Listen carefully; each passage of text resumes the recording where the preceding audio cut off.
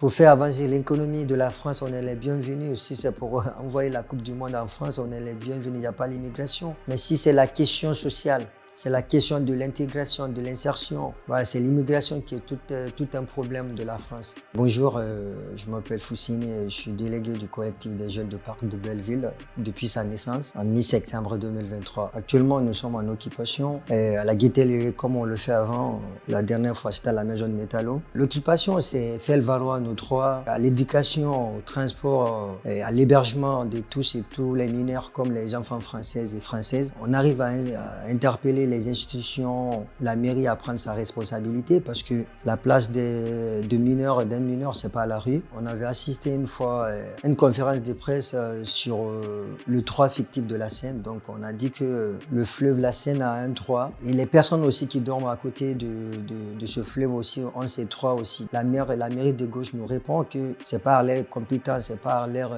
initiative de prendre les personnes en recours. Donc c'est à l'État de prendre sa responsabilité. Ce qu'on est en train de faire actuellement, c'est pas seulement que pour les mineurs isolés, c'est pour tous les SDF qui sont à la rue. La ville a des millions et des millions de bâtiments vides et qu'elle refuse de réquisitionner. Déjà, on a vu au moment des Jeux Olympiques, la maire déjà qui finançait pour nettoyer la Seine, ils étaient prêts à débourser des milliards d'euros pour financer ces Jeux Olympiques, pour accueillir les touristes étrangers, mais pour des personnes racisées, pour des personnes immigrées, pour des personnes qui sont sans abri, ils disent après qu'on n'a pas les moyens pour faire cela. Le ministre de l'Intérieur l'a évoqué dans son intervention, dans le communiqué qu'il a publié, qu'on est des personnes dangereuses, donc on n'a pas notre place dans ce pays. Nous sommes en danger, nous ne sommes pas dangereux, on le dit souvent dans nos manifestations. Ils attaquent directement à l'immigration pour détourner le regard de tous les Français et Françaises et que la montée de l'extrême droite puisse passer à l'évidence, quoi.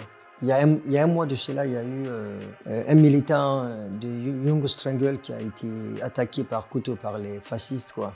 L'attaque des fachos, déjà, nous encombre beaucoup, ça nous inquiète parce qu'on se dit déjà, est-ce qu'on ne serait pas agressé à un moment donné à la rue parce que moi je sais que ces personnes sont déjà protégées par la police les laisse venir nous menacer. Donc déjà on est attaqué par les fachos, on est visé par la reconquête, par les nazis même parce qu'on a vu Elon Musk qui a retweeté tout récemment, même le RN aussi qui a parlé sur la situation de la Gaîté Lyrique. Donc on le voit aussi aux États-Unis comment ça se passe. Et les personnes immigrées n'ont plus le droit à la demande d'asile. Donald Trump même a sorti 46 décrets des personnes même qui sont expulsées des États-Unis. On sait que c'est une puissance économique et que déjà la France prend l'exemple sur ces pays. Donc si on baisse le bras, ça retourne aussi sur la France, quoi. Et c'est pourquoi, comme l'enjeu politique est énorme, même ceux qui se battent contre la montée de l'extrême droite, que tu sois française et français ou d'autres pays aussi, qui se rendent compte que l'air est grave. On a besoin d'une lutte unitaire, faire un riposte très rapide contre cela. Et moi, je pense que la jeunesse a un rôle très potentiel, très essentiel dans la lutte contre cette extrême droite, quoi. Et il faut continuer à penser avec cette idée ensemble, avec la jeunesse française et la jeunesse étrangère, qu'on est ensemble, que cette lutte qu'on mène, c'est pour tout le monde, quoi. Et moi, je le dis souvent, c'est deux choses, on n'a que deux alternatives actuellement. Créer une révolution contre la montée de l'extrême droite ou laisser le pouvoir à l'extrême droite, voir comment ça se passe. Il faudrait être à la rue massivement, comme hier, c'était énorme, la manif de 8 mars. On a assisté, on a fait un départ commun à la Gaîté Lyrique jusqu'à Répu.